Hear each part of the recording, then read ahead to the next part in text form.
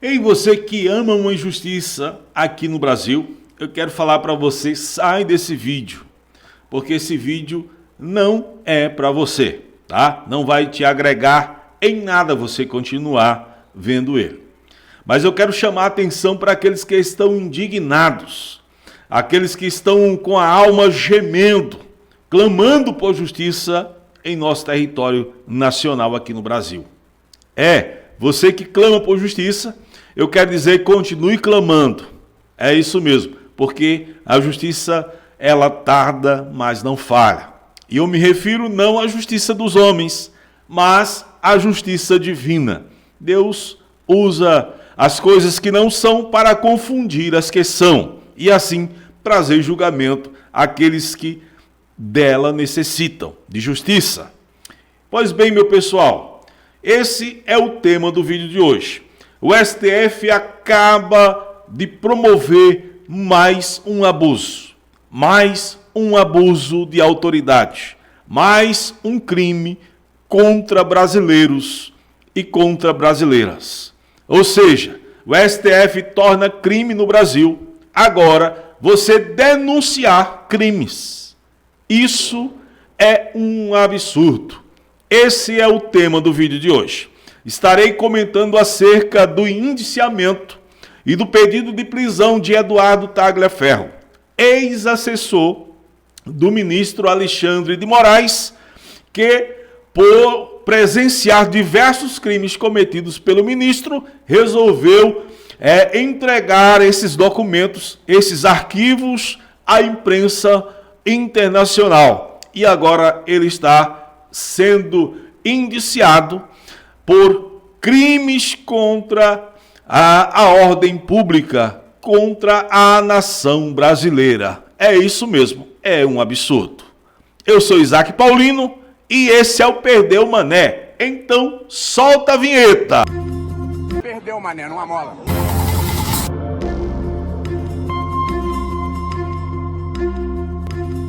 Perdeu, mané, numa mola.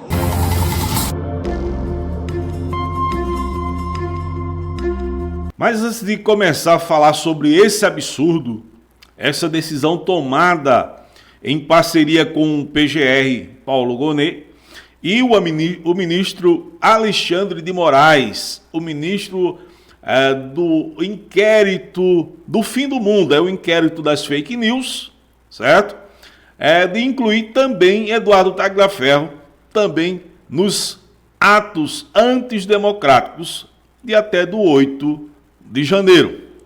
E tudo isso, antes de começar a falar um pouco sobre esse assunto, eu quero te convidar aqui a se inscrever no canal. Esse é o Perdeu Mané, é o canal de política do Brasil que diz que o brasileiro só leva fumo. É isso mesmo, mas nós podemos mudar essa história. Então fica aqui comigo, se inscreve no canal, curte, compartilha, deixa o teu feedback, a tua opinião é muito importante, tá? Nem que seja para dizer que o vídeo tá ruim, que a imagem está ruim, que a minha voz é péssima ou algo parecido, não importa. O teu feedback, ele é importantíssimo para nós. E assim, o YouTube entenderá que esse vídeo ele é relevante, esse vídeo a diversas outras pessoas. E assim o canal vem crescer. Venha crescer e possamos crescer todos juntos, porque estamos em uma guerra. Essa guerra é a chamada guerra pela democracia.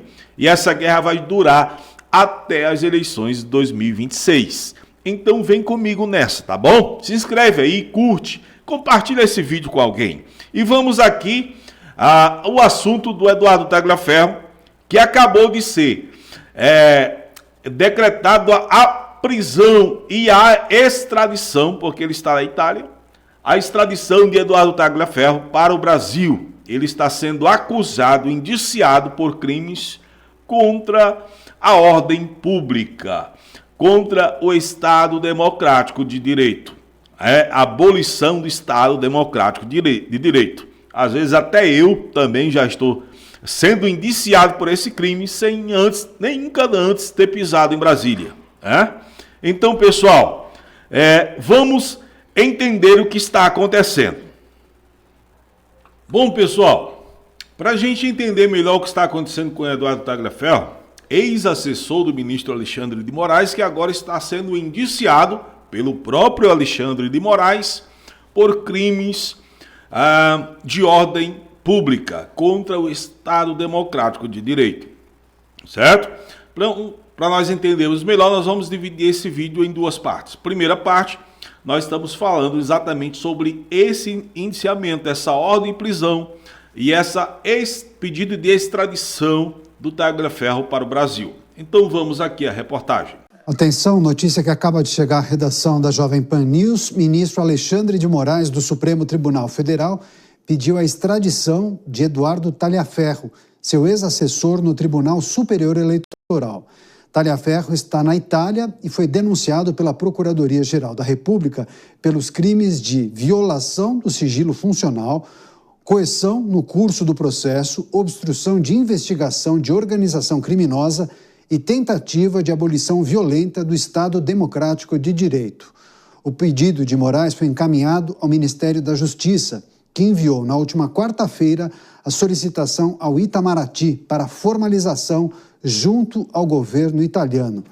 Pedi a análise do Diego Tavares, que está ao vivo aqui com a gente, a respeito desse episódio, pedido do ministro Alexandre de Moraes, extradição de Eduardo Tagliaferro, que foi, inclusive, assessor e que ganhou as páginas dos jornais depois de revelar informações, inclusive, de procedimentos que seriam ilegais, né? Pedidos feitos pelo ministro Moraes, segundo informações de Tagliaferro, relatórios, informações que baseassem, inclusive, determinações do Tribunal Superior Eleitoral em relação a Jair Bolsonaro. O que nós precisamos trazer e concluir a partir dessa determinação do ministro Moraes, hein, Diego? A nossa maneira de trabalhar nunca foi tão eficiente. A Monday.com possibilitou que a nossa equipe tivesse uma área de trabalho do prefeito Ricardo Nunes, de que deseja que o presidente Jair Bolsonaro tenha um julgamento imparcial. É muito complicado a gente falar em imparcialidade quando a parcialidade ela já é comprometida, ela já se mostra presente no início de alguns julgamentos.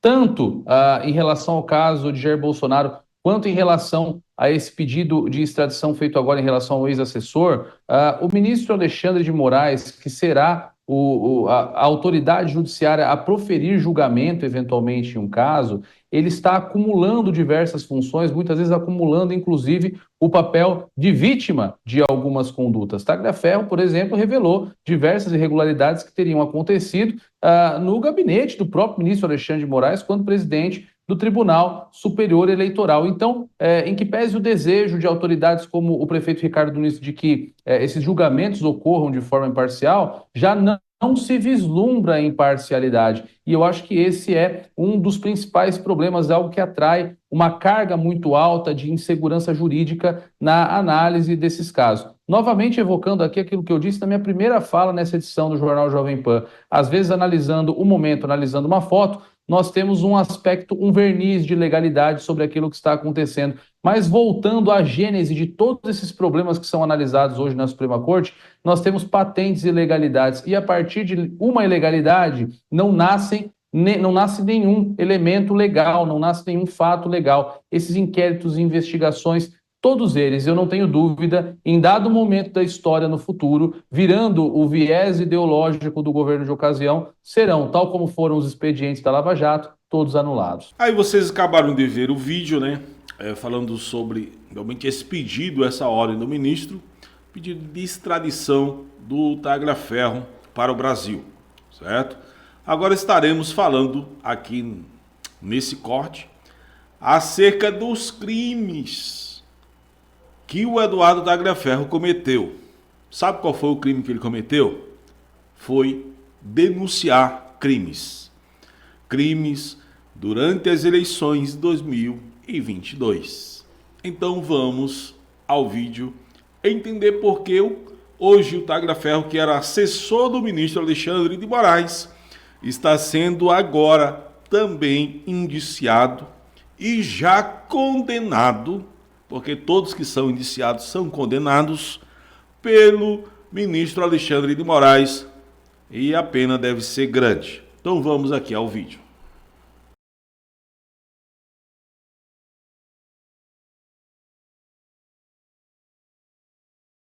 O senhor está fora do país, né? Vi em entrevista recente do senhor comentando isso, já disse que teme pela vida, teme prisão. O que fez o senhor, para a nossa audiência ficar por dentro, começar por esse caminho, trazer à tona as revelações sobre Alexandre de Moraes, TSE, prisões de 8 de janeiro? O que motivou o senhor e o que espera que aconteça a partir delas, dessas revelações? Bom, o que me motivou, na verdade, foi ver que dentro do Tribunal Superior Eleitoral, em 2022, em especial ali na Assessoria Especial de Enfrentamento à Desinformação, existia alguma coisa de errado. Como eu já falei em várias entrevistas, em 2 semanas eu já percebi que alguma coisa não estava andando, o pedido de deleção das conversas de WhatsApp, que eu não fiz, então eu vi que algo era errado. Então, diante disso, eu comecei a guardar todas as provas para que, em um momento oportuno, eu pudesse denunciar todas. O meu objetivo com isso é trazer ao povo brasileiro a verdade do que aconteceu nas eleições de 2022, como age, como trabalha, como trabalhou o gabinete de Alexandre de Moraes e os riscos que nós temos agora nas eleições de 2026, entendeu? O meu objetivo é levar isso para o povo e eu espero que os senadores, os deputados abracem essa causa, caminhem junto comigo e a gente possa aí dar início ao impeachment de Alexandre de Moraes e mudar a história do nosso país. Eduardo, muito obrigada pela sua entrevista. Eu queria saber do senhor, você é especialista exatamente em crimes cibernéticos e também em processo eleitoral. Aquilo que aconteceu nessas eleições que você denuncia, você já tinha visto alguma vez antes acontecer? Se você puder dar mais detalhes da diferença ali do que aconteceu, né? E trazer também um pouco para depois, já depois do que houve a manifestação do 8 de janeiro, você colocou aí, a gente trouxe aqui, a gente entrevistou, inclusive, algumas pessoas, a gente falou sobre a Vaza Toga 2, né, como que atuou aquele gabinete também na condenação de algumas pessoas, o caso, por exemplo, do Ademir, um vendedor ambulante que não estava lá e pegaram um post de 2018 criticando o Lula. Então, se você puder falar um pouco mais de quais eram essas evidências, né, que foram utilizadas antes das eleições para derrubar perfis, se isso já tinha acontecido alguma vez antes, os riscos que a gente corre, e depois para prender pessoas, né, inocentes, dali os manifestantes do 8 de janeiro, e gente que nem estava lá. Bom, foi a minha primeira experiência dentro das eleições, eu nunca tinha trabalhado dentro de um ambiente eleitoral, uma novidade para mim. E vi que ali dentro, aliás, esperei que ali dentro fosse ser uma coisa de fato imparcial, uma coisa honesta, né, aos olhos do povo. E só que não foi. Foi todo um trabalho tendencioso à perseguição da direita e à exibição, né, a deixar que a esquerda ficasse mais evidente com uma aparência melhor dentro do cenário político, né? Isso me trouxe bastante desconforto. E eu percebi que, em todo momento, a busca sempre era punir pessoas de direita, tendo elas razão ou não tendo elas razão. Então não existia, você foi punido pessoas que fizeram de fato fake news. Também, mas assim, foi punido muita gente, se não a maioria, que eram notícias verdadeiras, que eram pessoas que estavam ali trabalhando pelo nosso país, querendo uma eleição limpa, querendo uma eleição transparente. Em relação ao episódio de 8 de janeiro, o Tribunal Superior Eleitoral, ele atuou somente a partir do momento da decisão que foi dada em 8 de janeiro de 2023, né, quando o ministro Alexandre de Moraes, nessa decisão, ele decide, né, ele ordena que o Tribunal Superior Eleitoral, no meu gabinete, fizesse todas as pesquisas referentes ao pessoal que viriam para a gente, né? Então nós recebemos ali listas da Polícia Civil, listas da Polícia Federal, com CPF, com o nome de todas as pessoas que foram identificadas no momento da prisão, e a partir desse momento foram feitas pesquisas, né? Dentro dos parâmetros definidos pelo gabinete de Alexandre de Moraes, ou seja, a pessoa está com verde e amarelo, a pessoa curtir um site de direita, a pessoa compartilhar falas de Bolsonaro, falas de políticos de direita, como Zambelli, como Daniel Silvério, ou falas de Alan dos Santos. Então, qualquer sinal que aquela pessoa tinha uma preferência de direita era motivo para que fizesse uma certidão positiva dentro das audiências de custódia. E, aos meus olhos, aquilo seria para manter a pessoa presa. Porém, foram feitas diversas certidões negativas, onde a pessoa ou tinha pagado tudo que tinha no perfil, ou de fato não tinha nada, e essas pessoas, pelo que eu fiquei sabendo agora no começo do ano, também continuaram presas, ou seja, até aquelas que dentro dos parâmetros absurdos definidos por Alexandre de Moraes não tinham nada, continuaram presas, entendeu? Foi isso que aconteceu ali no 8 de janeiro com relação ao Tribunal Superior Eleitoral. Que país é esse? É isso mesmo. Crime denunciar crimes. Tagliaferro está sendo agora indiciado criminalmente por denunciar crimes de terceiros. E, melhor dizendo, denunciar crimes do seu chefe. É isso mesmo. Que país é esse? Já dizia Renato Russo. Esse é o Perdeu a Mané de hoje. E até o próximo vídeo. Fiquem com Deus.